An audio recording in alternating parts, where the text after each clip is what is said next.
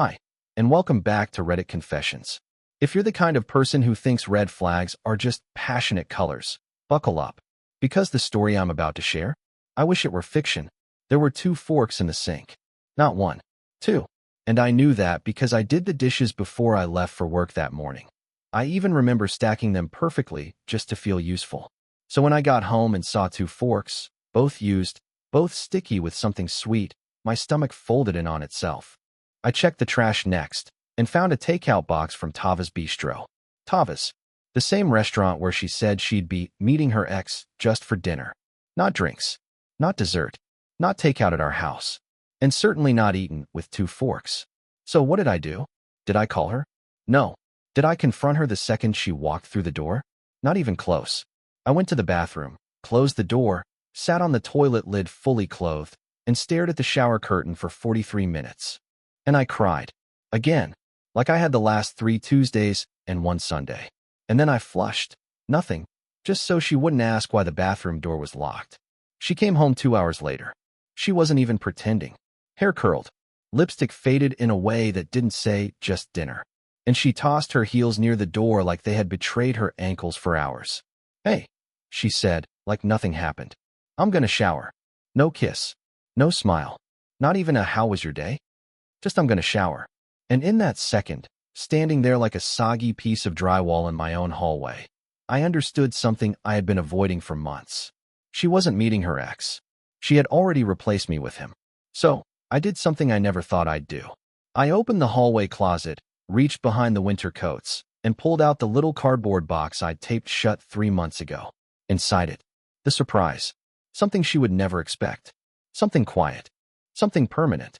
And when she came out of the shower, wrapped in my favorite towel, humming like she hadn't erased the last 8 years of my life in one evening, I handed her the box. She blinked. What's this? I said nothing. Because surprises don't need explanations. She stared at the box like it had teeth. Her towel was still clinging to her, and her wet hair left droplets trailing down her collarbone. But her smile, the one she usually faked when she didn't want to talk, wasn't there.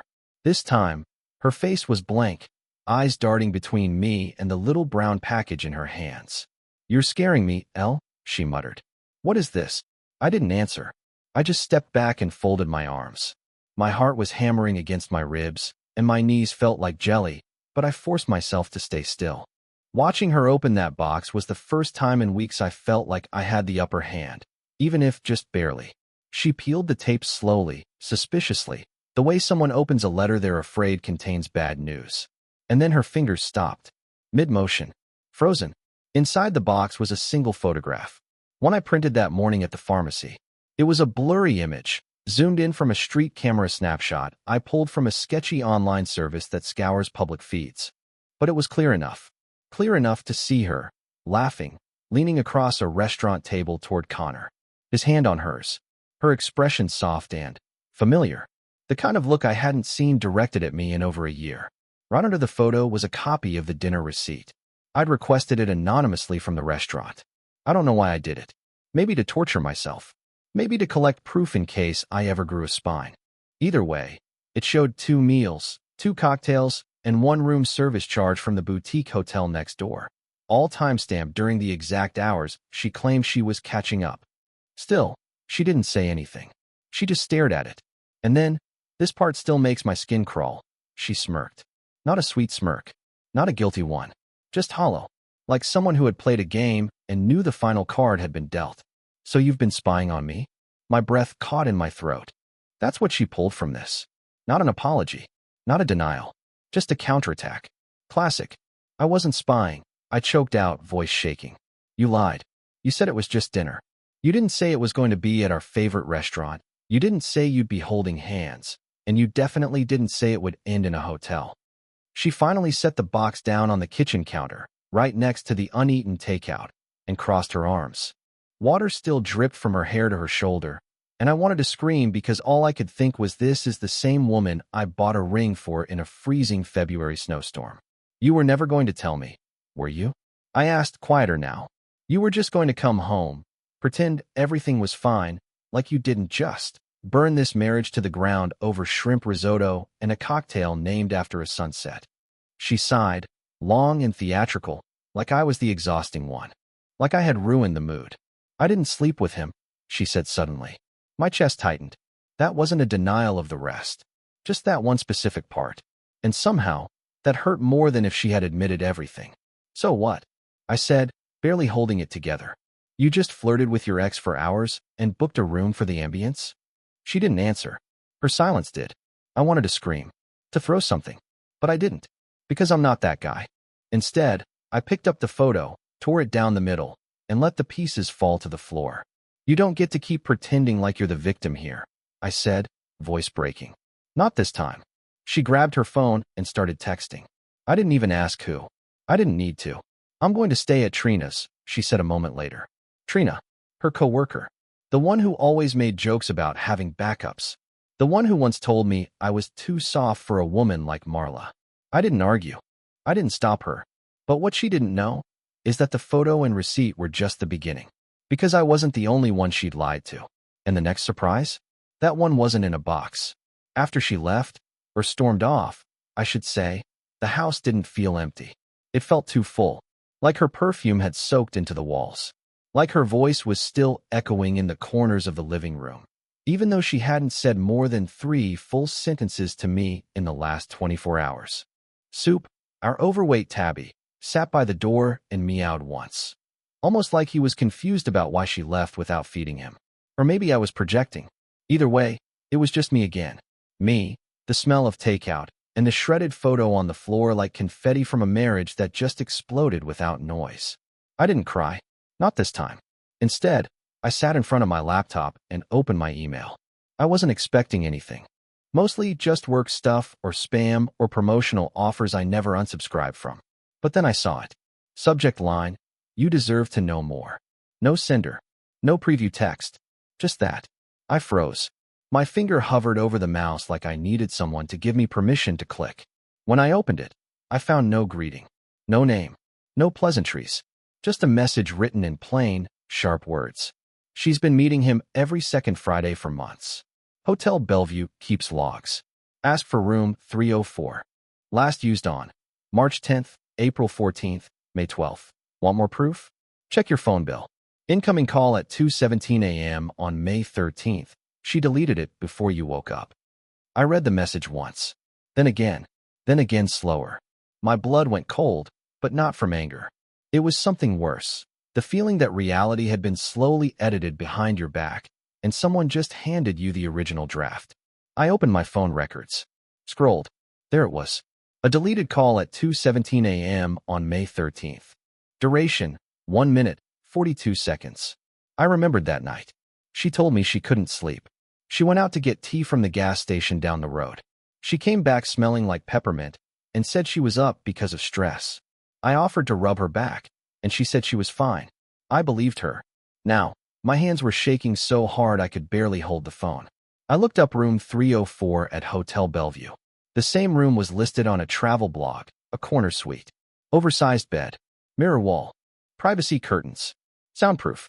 The kind of place designed for short visits. I couldn't tell if this anonymous email was trying to help me or destroy me. But they knew too much. Too specific. Too exact. And they weren't finished. A second email came in as I stared at the first. Subject line, he isn't who you think he is. Inside was a photo. Grainy but unmistakable. Connor, the ex, standing outside a different woman's house. Leaning over her porch rail. Shirt unbuttoned. A cigarette in one hand. And Marla?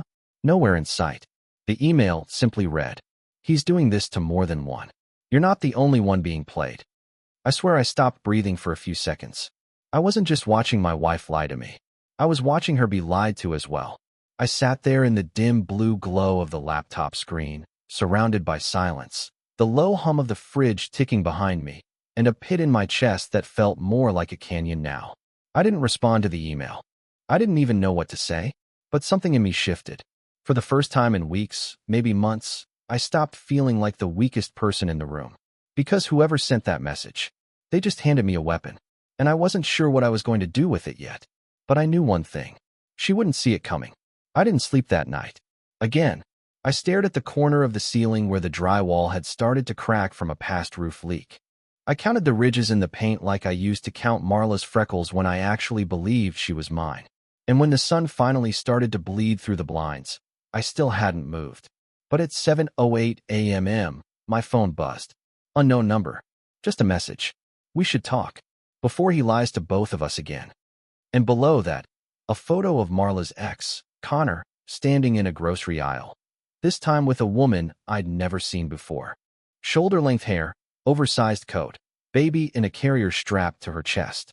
I'm Heather. Call me. Then she left a number. I didn't respond immediately. I sat there for a while, palms sweating, thumb hovering over the screen. Part of me wanted to throw the phone in the toilet and pretend none of this was real. But the smarter part, the part that had read those emails and stared into Marla's blank, rehearsed eyes the night before, knew I couldn't pretend anymore. So I called. Heather picked up after one ring. Her voice was sharp, not angry, just exhausted in a way that made me feel instantly understood. Like she had already gone through the phase of denial I was still drowning in. I was told you were the husband, she said. No small talk. No pity. I guess I am. I muttered, barely recognizing my own voice. There was a pause. Then she said something I'll never forget. He promised me she didn't exist anymore. And he promised you that I didn't either. I felt my stomach sink. So you're with him? Was, she corrected. Until I found out he was rotating between us like we were side projects.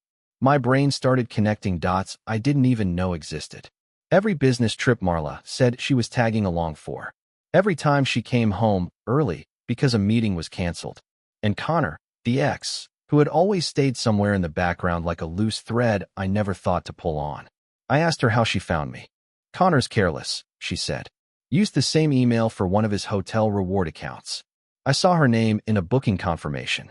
I dug deeper. Found your number in a forwarded itinerary. He must have sent it to her by accident. I've been sitting on this for weeks. I felt sick. Heather paused again and then said, Listen, I don't want revenge. I have a child. I don't have time to burn things down. But I figured you deserved to know the truth. There was something about the way she said it. No drama. No theatrics. Just a brutal, clean offering of facts. She didn't want to hurt anyone. Just cut the lies off at the root. And I realized in that moment, I needed her. Not in some dramatic, let's team up and take them down kind of way. But because she was the only person who understood exactly how it felt to be discarded like a placeholder. To be lied to so casually, so often, that you start doubting your own memory of events. I asked her one final question. Do you think he loves her? There was a long silence on the line. And then she sighed. He loves what she gives him. Attention, time, an escape. But love? I don't think Connor even knows what that word means. When I hung up, I didn't cry. I just sat on the edge of the bed and stared at the open box that was still sitting where Marla had left it, the photo still torn in two. One half of her face in my hand, the other still on the floor. Heather had unknowingly handed me the final piece I needed. This wasn't just about betrayal. This was about humiliation. Lies layered so deep, they looked like routine. And I had let them pile up for so long. I couldn't even recognize what normal looked like anymore. But I did know one thing. I couldn't be quiet any longer. And if Marla thought last night's box was a surprise, she had no idea what I was about to deliver next. I wasn't planning to see her that day. Honestly, I thought I'd need at least another week of pacing around the house, talking to myself in the mirror, playing out every possible version of how I'd confront her. In most of those versions, I cried. In one of them, I flipped the coffee table and broke a lamp. In none of them did I look strong. But that afternoon, I got a text from her, out of nowhere. I left some of my clothes in the hallway closet. I'll come grab them tonight if you're home. I stared at that message for a full minute. She wasn't even asking, just telling. Like this was a casual stop between errands. Like she hadn't lit a match and walked away from the life we built together without so much as a second glance. And maybe that was what did it. The sheer casualness of it all. That, and the fact that I still hadn't moved her things. I think, deep down, I was hoping she'd come back and explain everything. That she'd say I was wrong. That there was some ridiculous misunderstanding, and we'd laugh about it someday. But that text was the final slap. And I knew what I had to do. I texted her back one word. Come. But what she didn't know, couldn't have known, was that I had spent the last 3 hours putting together a little display. A quiet exhibition of everything I'd collected. The email printouts. The photos. The call logs. a copy of the hotel receipts, and in the middle of the table, in bold black font on white cardstock, a sign that read, "Was it worth it?" I wasn't trying to be dramatic. Okay, maybe I was. But it wasn't for show. It was because I needed her to feel it, to actually see what she'd done, all in one place, like a museum of betrayal. I set everything up in the living room like it was an art installation. Soup even sat on the armrest, watching me the whole time like he knew something was about to go down. When she walked in, I was standing by the window. I didn't greet her. She walked 3 steps in, then froze. Her breath hitched. I didn't say anything. I just gestured to the table like a broken maitre d' at a very awkward exhibit. "What is this?" she asked, already defensive. "I figured it'd save time," I said, my voice lower than usual. "You can walk yourself through it. Each piece has a story. You already know most of them." She stepped closer to the table, picked up the call log first. I watched her eyes scan the times. Then she moved to the hotel confirmations. Then the photo from the street cam. Her expression stayed cold. Flat. Too controlled. Then she finally looked at me. "You went through all this trouble for what? To guilt me?" "No," I said. "To stop feeling crazy." She opened her mouth to respond, but then someone else knocked on the door. And this is the part where everything changed. Because it wasn't Heather. It was Connor. Standing there like he owned the sidewalk, dressed in some lazy half-buttoned shirt and sunglasses, even though it was cloudy. I hadn't invited him. I didn't even know he'd show up. But the moment Marla saw him, her face drained of all color. "What are you doing here?" she barked. He looked over her shoulder at me, then down at the display table. "Oh," he muttered. "So this is the whole presentation. You knew he'd be here?" I asked her. "No," she snapped. But Connor smiled. That smug kind of smile that makes your skin crawl. "I figured I should stop by," he said coolly, "since I was already in the neighborhood. Besides, you both seem like you're having a moment." She turned to him, voice rising. "You weren't supposed to." But I cut her off. "You told me he was just dinner," I said slowly. "You told him you were mine. You told Heather he didn't matter anymore." She looked like she'd been slapped. But it wasn't guilt. It was panic. And then Connor said the worst thing anyone could say in that moment. He looked at me and said, "You should probably sit down for this next part." And Marla, my wife, my person, the woman I thought I knew better than anyone, turned to him and hissed through her teeth, "Don't you dare." But it was too late. Because whatever this next part was, it shattered what little I thought was still true. I didn't sit. I couldn't. Not because I was brave or bold or suddenly filled with righteous confidence. No, none of that. My knees were shaking so badly I thought if I bent them, I'd collapse entirely. But the way Connor said those words, like he was reading a punchline from a private joke only he understood, made something primal in me tighten.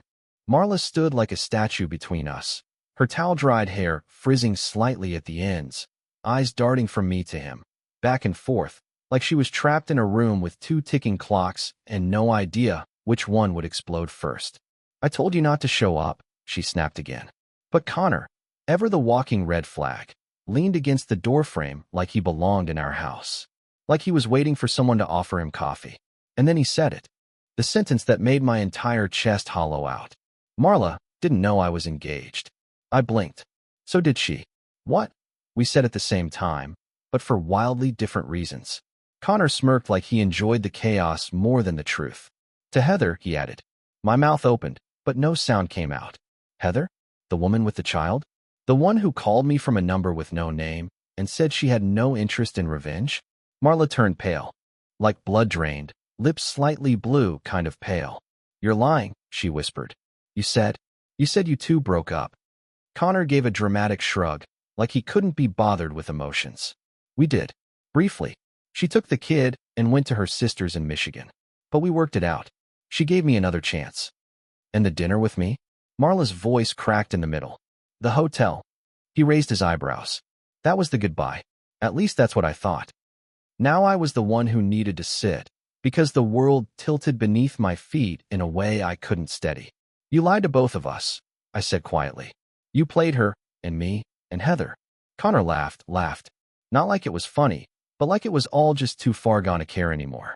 Like we were extras in a movie he was starring in. "I didn't make anyone do anything," he said, almost mockingly. "Everyone came willingly. I didn't trick anyone." I was honest with her, he nodded at Marla, until she started pretending we were something serious again. I turned to Marla, but she wasn't looking at me. She wasn't looking at anything. She just stood there, still and pale, like her entire sense of reality had just been yanked out from under her feet. Her breath came in small, shallow gasps. And suddenly, the woman who had lied to me for months, who stood in this very room and accused me of spying and guilt-tripping, looked like a terrified child. You didn't know? I asked her, more curious than angry. She shook her head slowly. And then it hit me. Marla hadn't just betrayed me. She'd been betrayed too. I should have felt satisfaction. Some sort of twisted justice. But all I felt was emptiness. Like watching someone fall into the very pit they pushed you into, and realizing it still hurts to see them broken. She finally spoke, voice hollow. You said you wanted to move away. Start over. That you missed who I used to be. I say a lot of things. Connor cut her off, suddenly bored. You believe what you want to believe. And just like that, he turned and walked out. No apology. No explanation. Just a shrug, a smirk, and the sound of his boots fading down the front steps. For a full minute, we said nothing. Marla didn't cry. Neither did I. We just stood there in that horrible stillness, surrounded by our own wreckage. Like strangers in a crime scene we both helped create. And then she whispered, barely audible, I don't even know who I am anymore. I didn't respond. Because neither did I. For hours after Connor left, the house didn't feel real. The living room felt too quiet, too clean, like someone had vacuumed the soul out of it. I sat on the arm of the couch, staring at the shredded photo still lying near the coffee table. Marla sat cross-legged on the floor, picking at her nail polish like a child in timeout. She hadn't said a word in over 30 minutes. Not since whispering that line. I don't know who I am anymore. And I didn't interrupt her silence. Because what was there left to say? She'd betrayed me. He'd betrayed her. And now, we were both sitting in the ruins of something we thought was solid. Like two passengers who survived a plane crash and couldn't stop staring at the burning wreckage. At some point, she got up and went to the bathroom. I didn't ask why. I didn't follow. I didn't care if she came back out. But then the doorbell rang. And I swear, something inside me jumped like a pulled wire. The last time that door opened, everything in my life unraveled. Part of me wanted to ignore it. Let it ring. Let whoever it was give up. But the doorbell rang again. Not urgent, patient. Like someone who knew I was inside and didn't mind waiting. When I opened it, I didn't recognize her at first. A woman stood there, holding a manila folder, wearing a deep gray coat despite the late spring warmth. Her face was drawn, not cruel, but not warm either. Just measured. You're Elliot, right? She asked. I nodded, and my mouth went dry. She gave me a long look before handing over the folder. I was told you might want this, she said. You don't know me, but I know enough about what's been going on. I froze. Who sent you? She hesitated. Heather, she finally said. But not on her behalf. She and I, well, we've been comparing notes. Notes? I repeated dumbly.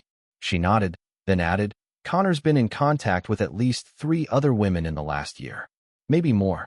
Heather found me when she started digging. I stepped aside. I don't even remember doing it. She didn't come in, but her words did.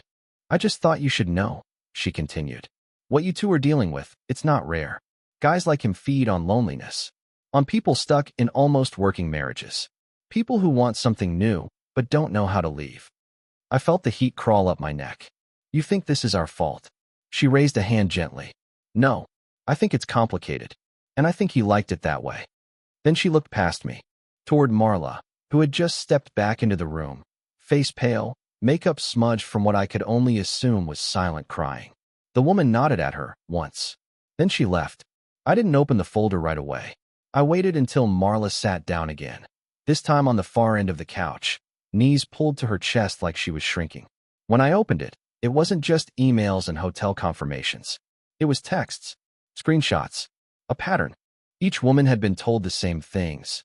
You're the only one. I left her. I want something real. I've never felt this before. And every time one of them started asking questions, Connor disappeared for a while, then circled back months later with a new story. What made me sick wasn't just that Marla had believed him. It's that I believed her, even after she started changing. Staying late. Laughing at nothing. Coming to bed already asleep. I saw it all, but I told myself it wasn't what it looked like. And now here we were. No marriage. No trust. Just two broken people surrounded by paper evidence and silence that no amount of explanation could fix. She finally spoke. I was going to tell you, she whispered. When? I asked, not sarcastic, just tired. I don't know, she said. Maybe after one more dinner. Maybe after one more lie. She looked up at me, eyes glassy. I didn't want to hurt you. I shook my head. But you did. She nodded. And then I asked her something I didn't plan to. Do you still love me? It wasn't a trap. It wasn't a trick. I just needed to hear her say it. One way or another. She didn't answer right away. But when she did, her voice cracked in a way I'd never heard from her before. I think I stopped loving myself a long time ago. And I think you paid the price for that. That should have made me angry. But it didn't. Because I understood it. Too well. That night was the last time we spoke in that house. Marla stayed on the couch while I sat across from her in a chair I never liked, wearing a hoodie I'd slept in too many times. The folders still sat on the coffee table like an unspoken ghost between us, but neither of us touched it again. There wasn't anything left in there that hadn't already lived in the space between us for months. But something strange happened as the hours passed. We stopped arguing. We stopped trying to label everything. The hurt didn't vanish, but the weight of pretending, that's what left first. Around midnight, she stood up, walked over, and placed her wedding ring on the edge of the table. She didn't say a word, didn't cry. She just gave me a look, one I hadn't seen in years. Honest, small, human. I hope you find someone who knows how to love gently, she said quietly. And for the first time since this whole thing started, I felt something not collapse. I felt something lift. Like closure or peace, or whatever you want to call the moment when your heart finally stops waiting for the apology you thought would fix everything. I didn't ask her to stay. I didn't scream or beg or try to hold on to something already gone. I packed a small bag, fed Soup one last time, and left. Not in anger, not in shame, but in something that almost felt like relief. I stayed at a friend's place for a few weeks, took long walks, deleted every photo I didn't want to carry anymore. Even started therapy, which I swore I'd never do, because I thought it wasn't that bad. Turns out, it was that bad. And it also turns out, you can survive it. You don't have to become cold or cruel or bitter. You can grieve the betrayal and still believe in kindness. You can lose a person and still find yourself. Slowly, quietly, without drama. Months have passed now, and I'm okay. Really, I don't hate Marla. I don't think she's evil. I think she was lost, and in the middle of her storm, I became collateral damage. But even that doesn't own me anymore. I've found new routines, new peace, and even someone new. Someone soft-spoken and kind. It's too early to call it anything, but it feels different. And I'm learning that different is sometimes exactly what you need. And if you've made it this far, thank you. Not every story has a perfect ending, but some stories, like this one, end right where they should. Thanks for watching Reddit Confessions. Have you ever witnessed or experienced a betrayal that taught you something unexpected? Drop your story in the comments. We'd love to hear how you turned pain into progress. Don't forget to like, share, and subscribe for more powerful confessions like this one. We'll see you in the next story.